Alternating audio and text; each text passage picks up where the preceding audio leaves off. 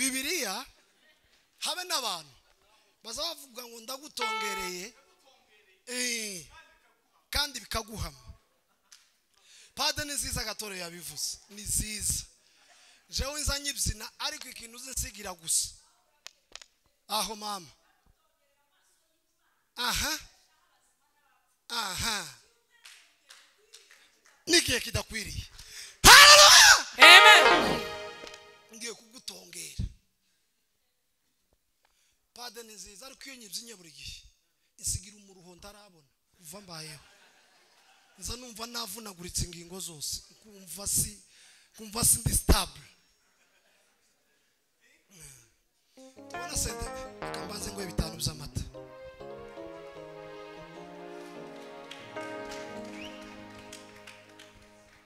Abana nijo babigishe sente bashitsiriya bama banyihisha baba barikonereye. None ubu nyine ko ndagenda nashaka wazimiye umwe mugarura umwe. None ndakugaruye mu izina rya Yesu. Iriya niyo sente twatuzina umuntu agatekereza akavuga ngo niki cyabaye. Icya kabiri ndaza gucuranga pade mukanya. Ndabaza ncuranga ya accompagnement twatuzina. Igihe kidumaje kubwiriza ndabereka ukuntu nza ncuranga pade. Ndayivuza mwese murarira muno. Ndavuza pade. Okay, naririmbe. Kandi uyu munsi ndavuza pade. Ndavuza pade. Ngiye kubereka ko pade nza nyivuza. Ndashima Imana ko twese kugeza ubu dukomeye muri Kristo. Rugira ubanzara yabaye pastor. Aha. Kirikara koze n'umwataka mwiza. Rugira yabaye pastor, nyene yabaye pastor, nzabakiza n'evangelist ukomeye. Jewe ndagira ngo ngiye kuba papa abandi twamatugira twarakomeye turahwera. Yesu yamagenda dukomeza gatora yoboye abanaziri nukuvuga ngo Yesu yamatugira abantu bakomeye. Ndashima ko buri gihe yongeze hano uzutwitaho. Yesu aguhumugisha kandi turagukunda. Iyo ubyinnye unyibutse ibintu byinshi. Nabonye abakobwa baba basirimba hano buku. Nibuka tukiri abakobwa. Twaga dusirimba njeyo na Nyakazungu na Aneti na Rasheli na Jori na Rasheli baje nkanyuma gato ariko nkatwe bakamatwita ko turi ibirara. Kaho ntabwenge tugira. Tukajana bamucuranye na babukuru na bagatore na banyene n'aba bagabo nyine biwacu bataraba biwacu bakiraba bandi nyine iriya bakiri wabo. Tukajana tugatarama bakamabona nkaho ntabwenge tugira. Ariko nabonye abakobwa guke baba basirimba igisirimba. Nti muri mukubona ko hari abakobwa basige bavuza ipendo. Kera abantu bagazavuza ipendo, umukobwa yavuza ipendo akamajinga akajinga ntashaka. Ariko abakobwa nyine basige bavuza ipendo umugena akaboneka. Sawa.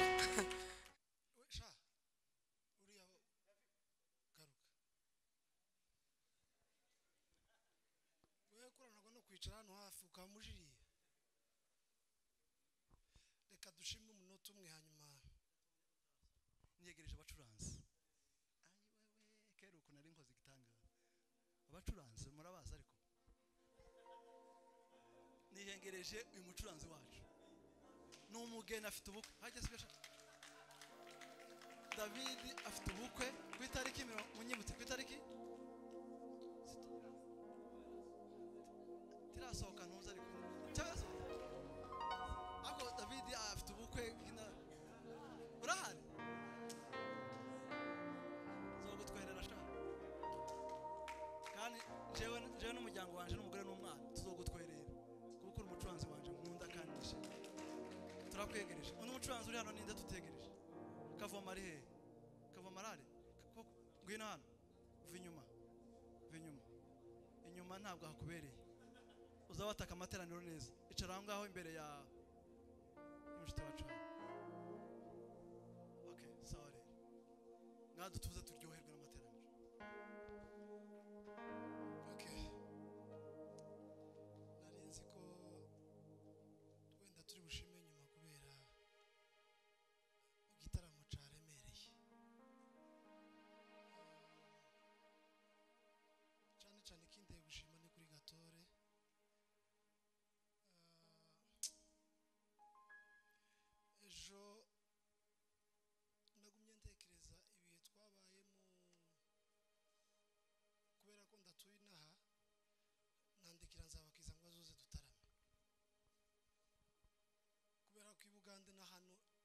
akamodoka ndagira ngo yahagurutse yohaguruka sanga hapi wakido ahagurutse mu gitondo nka saa 2 yo bageze hano ibyo ari byo byose amasaha 10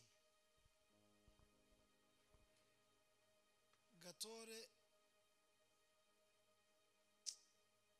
bamuseveni ndibaza abasirimba ibi byanyu byo gufyinata mugane w'abarundi vuze Museveni kubera ko ari we nshoboye mwira wanje mfite kandi muzi ko Museveni azagerageza agira detantu zugira ngo yiduze kwipina ari ku muntu bita Gatore nazabakiza Patrick nanyene narugira ndayambaje ndayegamiye na Revera Kadu na Alpha na Karegeye na Ntamayizi twigeze guhurira igisenyi twurira umuriro w'ipoto uyu wacu yarahari coge nari mfashwe mfite sende mbwira kibonga itimbisa nagancuranga nkakurya kuzutse nkakurya k'umuntu bapfunuye nk'ahantu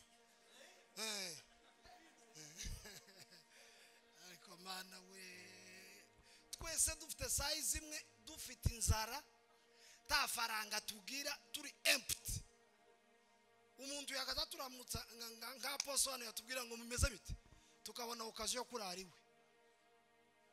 uyu muvyeyi niwe wari waragowe no gucunga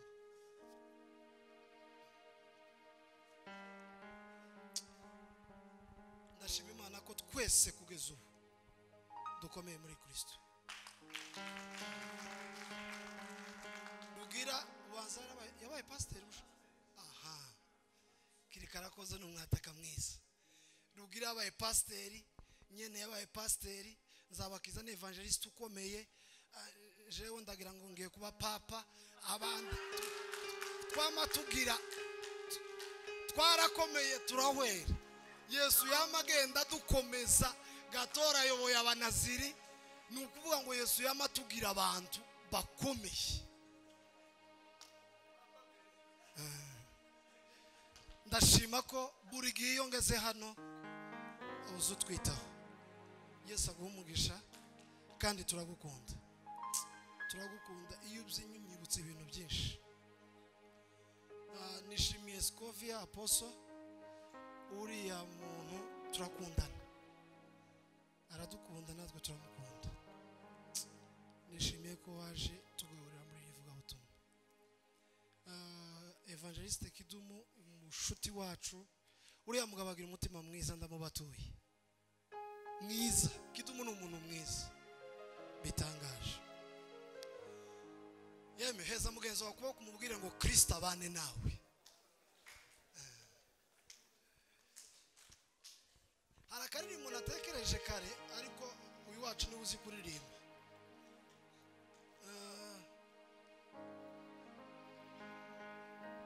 when the alpha na omega Yahweh Yahweh Yahweh mtakatifu Yahweh Yahweh when wajua yatufayo Yahweh Yahweh Yahweh mtakatifu Yahweh Yahweh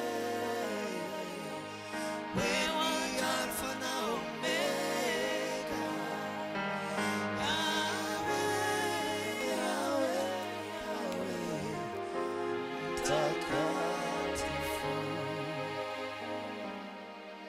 na na na na na na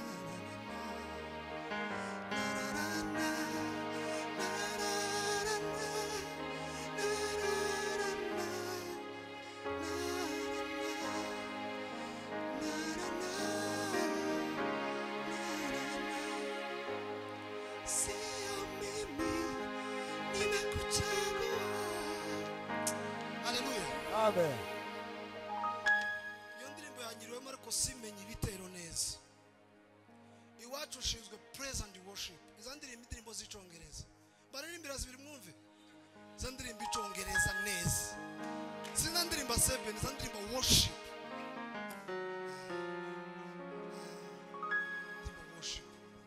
kandi hari abantu batekereza buriya worship itandukanye na praise. Ukiye mu kabare usanga bashizemo hakuna Mungu kama wewe anaweza yote, ariko ndi usanga bavuga gukomera kw'Imana n'ubugari bw'Imana buri tipe.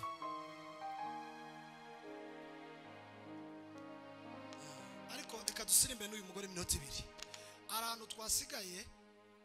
David ese ninde muntu muri Bibiliya bakazutongera abantu no Bibiliya ndagira ngo ese niko nibanda bize Bibiliya bari abacu mwarayize Bibiliya habe n'abantu bazavuga ngo ndagutongereye kandi bikaguhama. Pade ni ziza gatore yabivuze ni ziza jewe nzanye ibyina ariko ikintu uzinsigira gusa aho mama aha nikiye kidakwiriye. Haleluya, amen. Ngiye kugutongera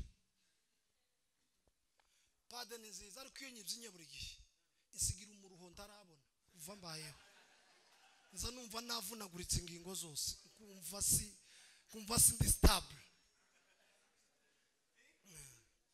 Tubona sente akambaze ngo 5 by'amata.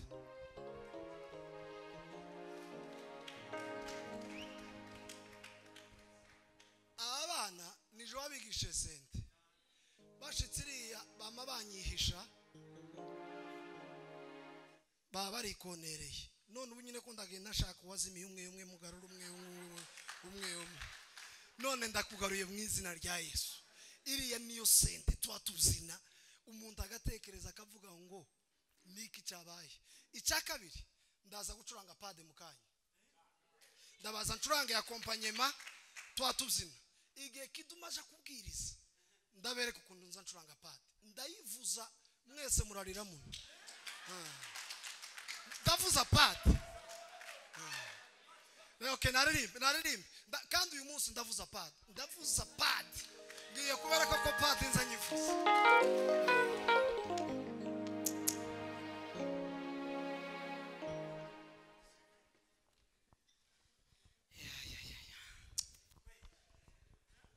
Tuzamura ibiganza duhe Imana icubahiro. Alexi tuzamura ibiganza. Yes. Nabari uriya mukobwa wambaye umupira w'umutuku amaboko aheke tuzamure papa twongere tuzamure sema haleluya.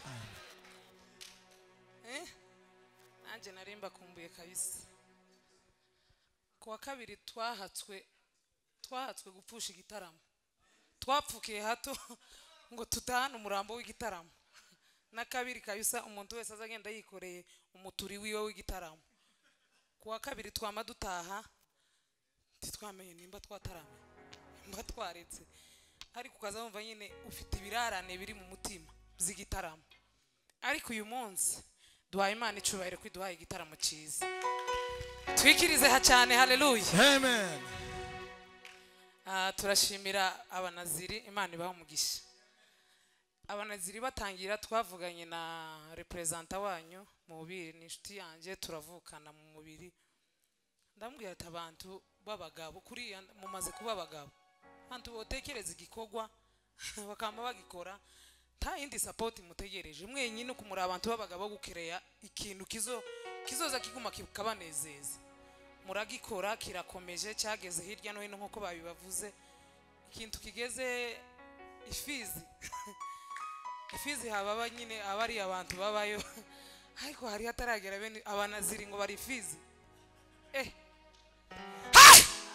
ni ibintu bidasanzwe. Imana rero ntimukaza mwica intege ngo hagira umuntu bakanga ngo bino bintu mwamukora no mu biriya byigeze kubaho bamabwira ngo iyi nzu mwubatse ngo ntibikunda ntiyagire rero umuntu uzoza ugukanga nimba uzi ko wahamagawe n'Imana ukaba warumvishije ijwi apana abantu gusa bo gupfa kuvuga ukumva ijwi rikakubwira ngo warahamagara uzi ugenda uje imbere Imana iri kumwe nawe si Imana y'abakomeye si Imana y'abafite ifaranga ni Imana y'abemeye umuhamagaro kandi ingorane z'umuhamagaro ziyazimenywa n'umuntu urimo umuntu uri mu muhamagaro ni uzi umenya ingorane zibamo uko abantu bose bazabona mutarama bakagira ngo ibintu bisanzwe ariko mwebwe kubera ko mwabihamagariwe muzi icyo ari cyo nico muhamukora rero kuba mwarakomeje Imana ihabwa icyubahiro mufite intege nke zo kwikiriza bene niba abadayimoni babateye mwirekure mwikiriza sema haleluya haleluya. turashimira Imana kandi ko turi kumwe na mama Darlene nabonye abakobwa baba basirimba hano buku nibuka tukiri abakobwa twaga dusirimba njeyo na Nyakazungu na Aneti na Rasheli na Jori na Rasheli baje nkanyuma gato ariko ni nkatwe bakamatwita ko turi ibirara kandi ntabwenge tugira tukajana bamucuranye na babukuru na bagatore na banyene n'aba bagabo nyine biwacu bataraba biwacu bakiraba bandi nyine iriya bakiri wabo tukajana tugatarama bakamabona nkaho ntabwenge tugira ariko nabonye abakobwa guke baba basirimba igisirimba nti muri mukubona ko hari abakobwa basige bavuza ipendo kera abantu bagazavuza ipendo umukobwa yavuza ipendo akamajinga akajinga ntashaka ariko abakobwa nyine basige bavuza ipendo umugena akaboneka sawa ibyo ni ibintu bidasanzwe rero kuba mwarakomeje Imana ibihererwa icyubahiro turashimira rero Imana kubana na Perezida Kidumu umuvandimwe n'inshuti Imana iguhe umugisha turi kumwe mu bintu byose Apostle Scovia iyageze iriye aza abana banje umuntu uzakubesha ngo aragukunda ataza gusura mutazamuvugana ataza guhamagara iyo ni joke nushaka uzomukure muri telefone usigarana abantu batatu bingenzi umuntu kwirirwa ko ngo ndagukunda kamagagara taza amenye uko waraye ntaza kuvugisha azagera muri Kenya gatambuka Scovia Imana iguhe umugisha mama mwiza dukunda cyane ufite ijambo ry'Imana ko ndabona hano hari abantu benshi tuziranye mfitiye kiri ku rukundo nukuri ku Imana mfitiye kiri ku rukundo twicaye hari yambwira uyu mugabo ante se nta nimero ya kiri kufite iyo ubwiye kiri kakaza uyu muhungu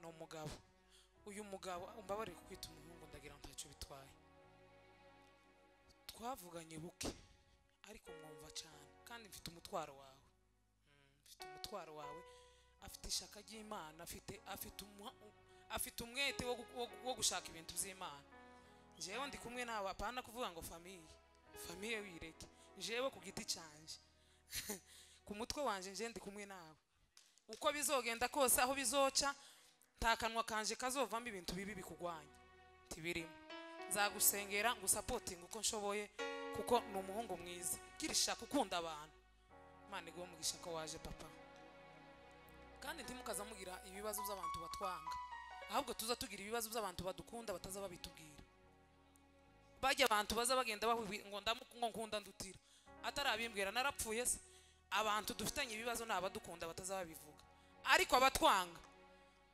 mushireho umurego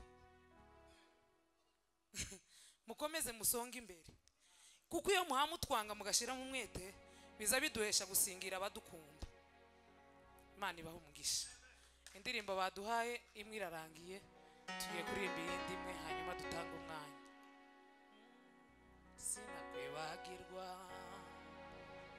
ibyizo tugirira ni wowe ubabarira ibyo twakiraniwe iyo tunaniwe uduha ku mazi tugasindagira twegera umunota umwe imbere yawe itwawugereranya imyaka myinshi watubereye isabato nziza Mana uri mwiza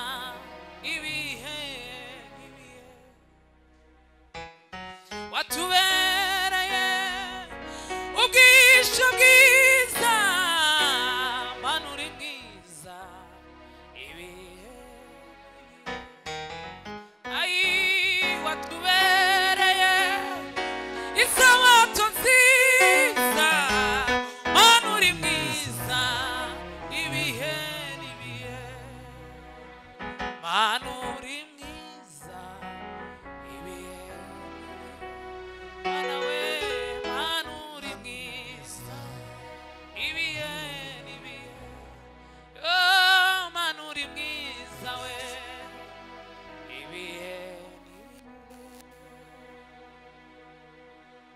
nukuri nabonye ineza itangaje ngaho ririmba utere hejuru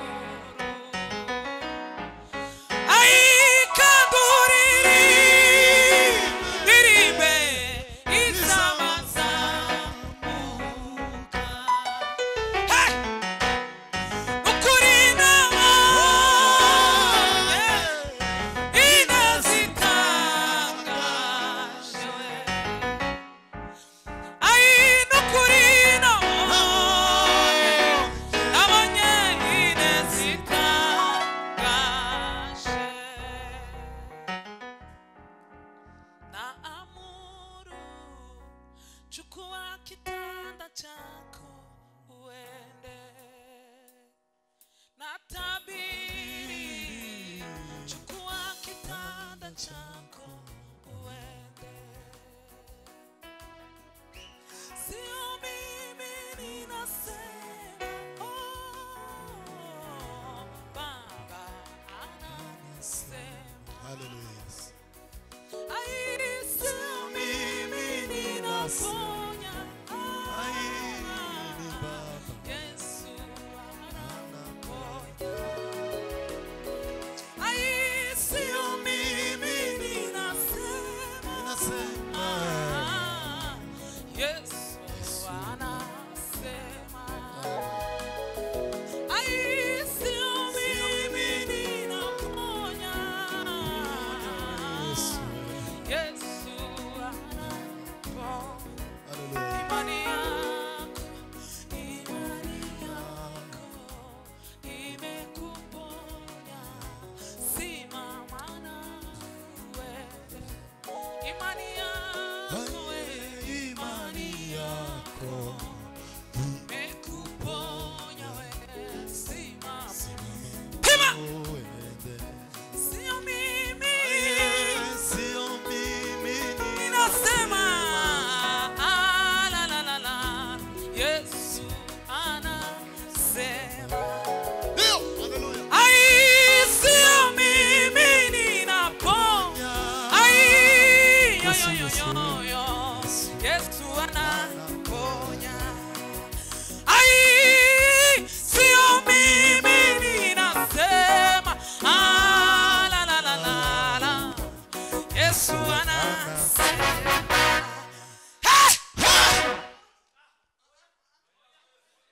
dusubiremo tuzamura amaboko aheke uzamura ibiganza Hallelujah. nabonye iriba Yesu niwe riba ry'ubugingo nabonye iriba Yesu niwe riba ry'ubugingo curanga sebe niho gatoya hanyuma dutanga umwanya Hallelujah. Yes. yo Yesu uri mwiza Hallelujah. Yes. Sajya niringira Uwiteka Imana Data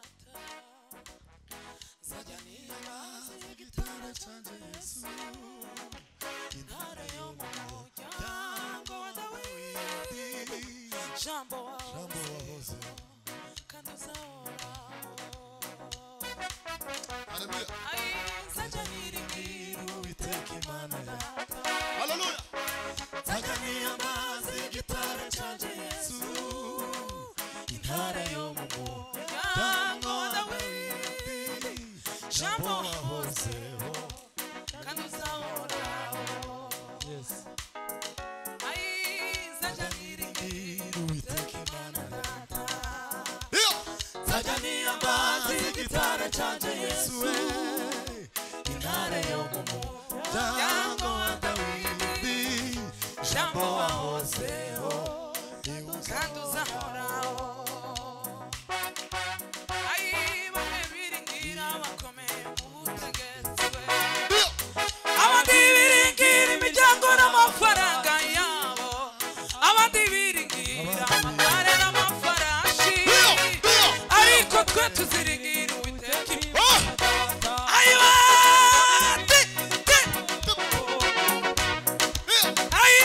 bamwe biringira bakomeye mu butegetsi we abandi biringira imiryango n'amafaranga yabo abandi biringira ariko twe tuziringira ariko twe tuziringira abiringira uwiteka Imana yacu bameze ku musozi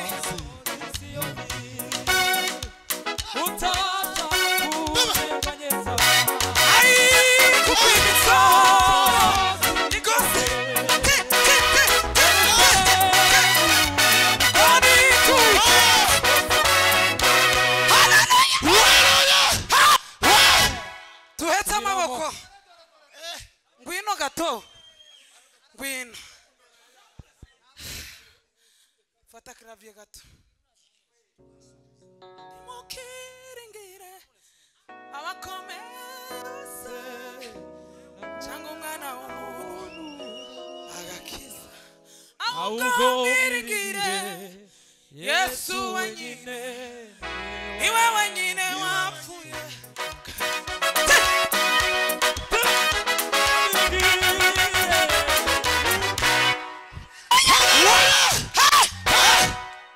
izi mikoro ko ziracika aho murebe ukuntu zidacika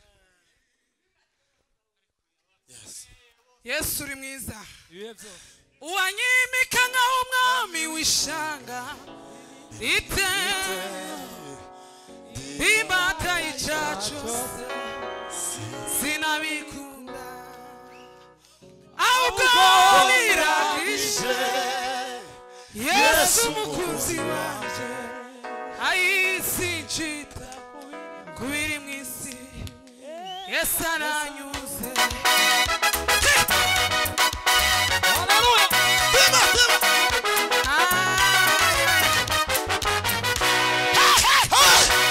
curanga igisirimba aho buke buke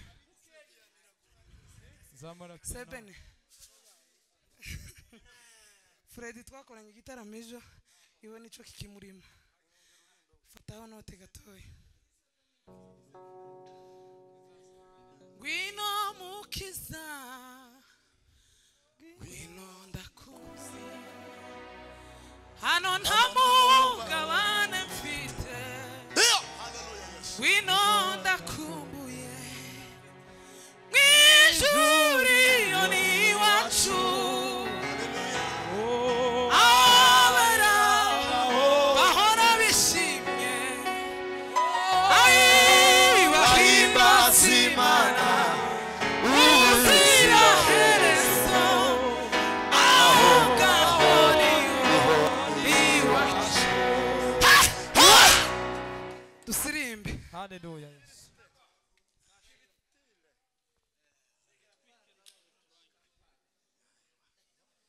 abanza areke padi aho ducurangira ya kompanye mabuke uraza gucuranga padi kiduma agiye kwigisha siko padi niwe twayitegerereje tema curanga amen